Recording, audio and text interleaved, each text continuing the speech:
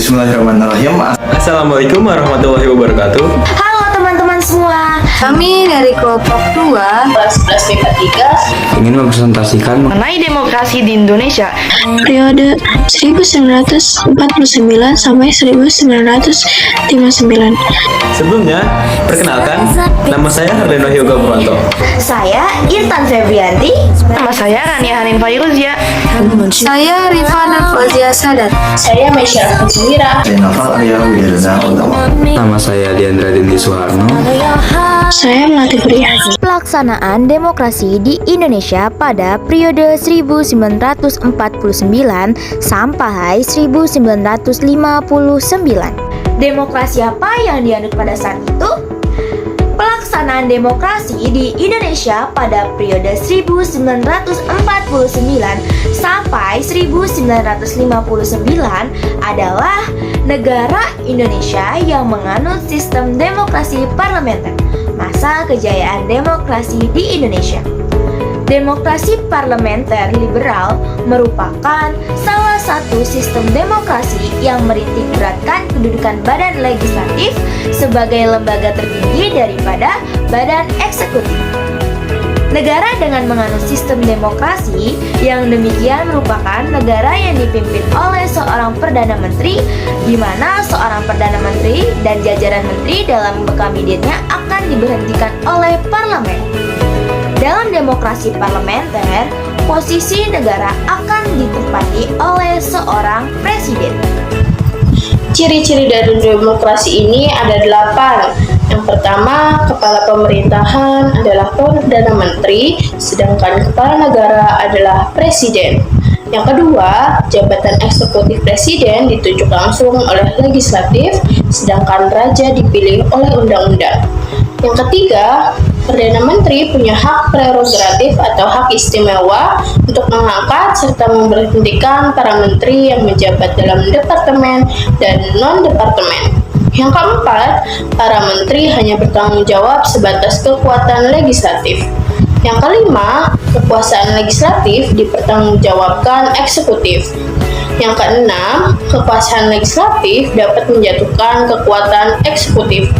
Yang ketujuh, negara, alokasi SDM dan SDA bisa terus dikontrol. Nah, yang ke-8, kelompok minoritas dibebaskan untuk berjuang dan bertahan. Landasan demokrasi di Indonesia pada periode 1949 sampai 1959. Sistem pemerintahan dalam bidang politik yang dianut pada masa demokrasi parlementer atau yang dikenal juga dengan sebutan demokrasi liberal adalah sistem kabinet parlementer.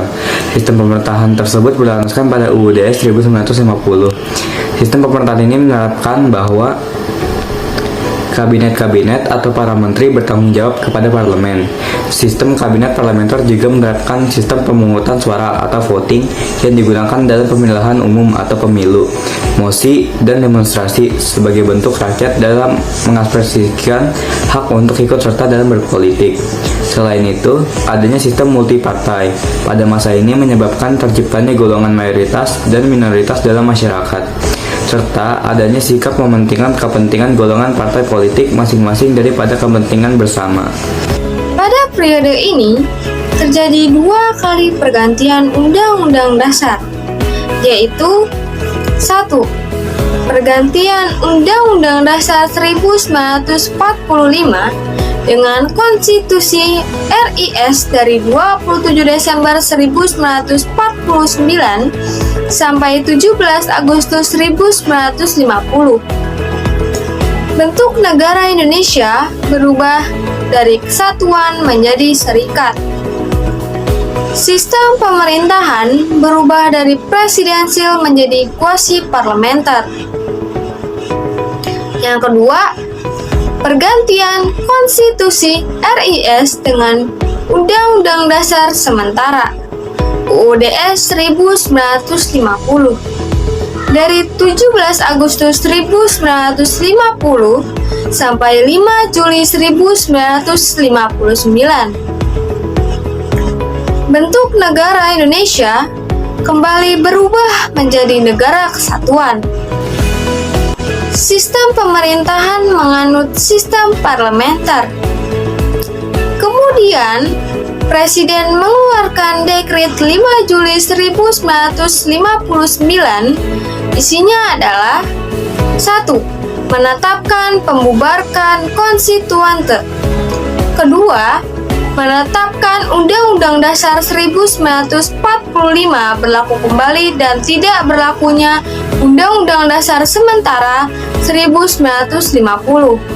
Dan yang ketiga, pembentukan MPRS dan DPAS. Masa kejayaan demokrasi parlementer. 1. Lembaga-lembaga perwakilan rakyat atau parlemen berperan tinggi dalam proses politik. Perwujudan kekuasaan parlemen terlihat dari sejumlah mosi yang tidak percaya pada pihak pemerintah. Akibatnya kabinet harus meletakkan jabatan meski pemerintahan baru berjalan beberapa bulan. Akuntabilitas atau pertanggungjawaban pemegang jabatan dan politisi pada umumnya sangat tinggi. Berfungsinya parlemen dan juga sejumlah media massa sebagai alat kontrol sosial. Ketiga, kehidupan kepartaian memperoleh peluang sebesar-besarnya berkembang secara maksimal. Indonesia menganut sistem multipartai. 40 partai politik terbentuk dengan tingkat otonomi yang sangat tinggi dalam proses rekrutmen dan tidak ada campur tangan pemerintah. Setiap partai bebas memilih ketua dan segenap anggota pengurusnya. Nomor 4, pemilihan. Pemilihan umum hanya dilaksanakan satu kali pada 1955, tetapi benar-benar dilaksanakan dengan prinsip demokrasi. Kompetisi agar partai politik berjalan sangat intensif dan adil. Setiap pemilih dapat menggunakan hak pilih dengan bebas tanpa ada tekanan atau rasa takut. Masyarakat umumnya dapat merasakan hak-hak dasar dan tidak dikurangi sama sekali. 6. Dalam masa pemerintahan parlementer, daerah-daerah memperoleh otonomi yang cukup. Daerah-daerah bahkan memperoleh otonomi seluas-luasnya dengan asas desentralisasi sebagai landasan untuk mengatur hubungan kekuasaan antara pemerintah pusat dengan pemerintah daerah. Kehidupan masyarakat Indonesia pada masa demokrasi parlementer. Ada kehidupan sosial, pendidikan, dan kesenian. Yang pertama itu ada kehidupan sosial. Adanya gejolak politik dan permasalahan ekonomi. Gejolak politik menyebabkan munculnya gangguan keamanan di berbagai tempat dan upaya perbaikan ekonomi yang tidak berjalan lancar. Hal ini menimbulkan kemiskinan. Yang kedua ada pendidikan. Disusun suatu konsepsi pendidikan, setiap ada 3 sekolah umum, diadakan 1 sekolah teknik, dan didirikannya beberapa universitas baru. Dan yang terakhir ada kesenian, yaitu muncul berbagai organisasi seni lukis seperti Organisasi Pelukis Indonesia dan Gabungan Pelukis Indonesia. Selain itu, berdiri pula Akademi Seni Rupa Indonesia di Yogyakarta. Perkembangan ekonomi. Untuk memperbaiki kondisi ekonomi, pemerintah melakukan berbagai upaya, antara lain sebagai berikut. Pertama, ada Gunting Syafruddin, Menteri Keuangan. Syafruddin Prawiranegara mengambil kebijakan memotong semua uang yang bernilai 2,50 ke atas hingga nilainya tinggal setengahnya. Melalui kebijakan ini, jumlah uang yang beredar dapat dikurangi. Kedua, sistem ekonomi gerakan benteng. Sistem ekonomi gerakan benteng merupakan usaha pemerintah untuk mengubah struktur ekonomi kolonial menjadi struktur ekonomi nasional. Ketiga, nasionalisasi perusahaan asing. Nasionalisasi perusahaan asing dilakukan dengan pencabutan hak milik Belanda atau asing yang kemudian diambil alih atau ditetapkan statusnya sebagai milik pemerintah Republik Indonesia. Yang keempat, finansial ekonomi atau yang disebut FINEK. Pada masa Kabinet Burhanuddin Harahap, Indonesia mengirim delegasi ke Belanda untuk merundingkan masalah finansial ekonomi. Perundingan ini dilakukan pada tanggal 7 Januari 1956. Rancangan persetujuan FINEK yang diajukan Indonesia terhadap pemerintah Belanda adalah sebagai berikut. Pertama, pembatalan persetujuan FINEK hasil KMB. Kedua, hubungan FINEK Indonesia Belanda didasarkan atas hubungan bilateral. Ketiga, hubungan FINEK didasarkan atas undang-undang nasional. Tidak boleh diikat oleh perjanjian lain. Dan yang kelima atau yang terakhir yaitu Rencana Pembangunan 5 Tahun atau RPLT. Pada masa Kabinet Ali Sastromijoyo II, pemerintah menyusun Rencana Pembangunan 5 Tahun yang rencananya akan dilaksanakan antara tahun 1956 sampai 1961. Lanjut, kita akan membahas mengenai berakhirnya demokrasi parlementer. 1.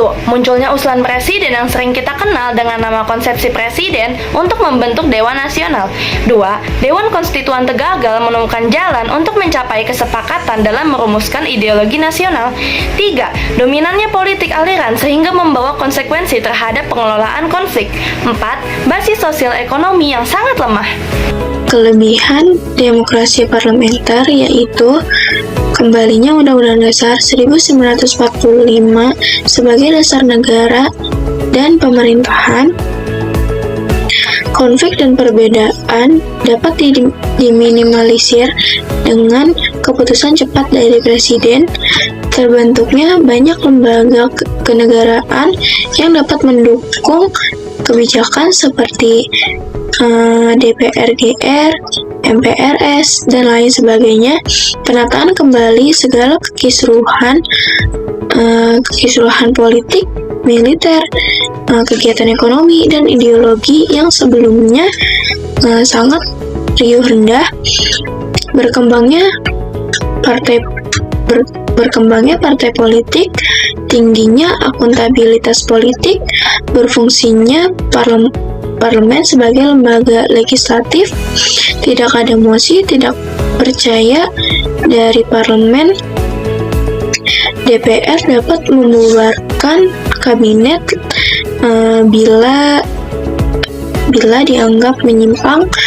Demokrasi multipartai, pelaksanaan pemilu demokratis, dan yang terakhir berhasil menggalang dukungan internasional melalui KAA.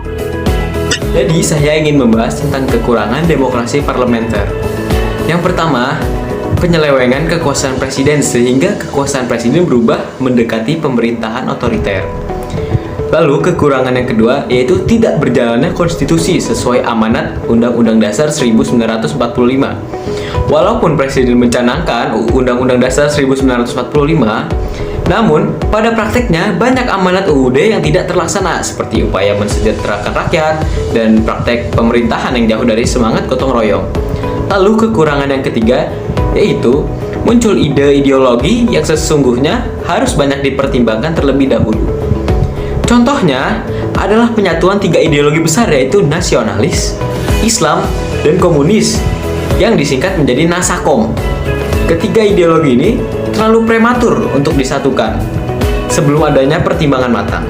Lalu kekurangan yang keempat yaitu kebebasan berpendapat tidak terakomodasi dengan baik karena suara persatuan dan suara parlemen yang tidak sejalan dengan mudah diabaikan. Lalu kekurangan yang kelima itu ada masa jabatan kabinet tidak ditentukan. Lalu kekurangan yang keenam ada kepala negara tidak dapat diganggu-gugat karena yang bertanggung jawab adalah para menteri.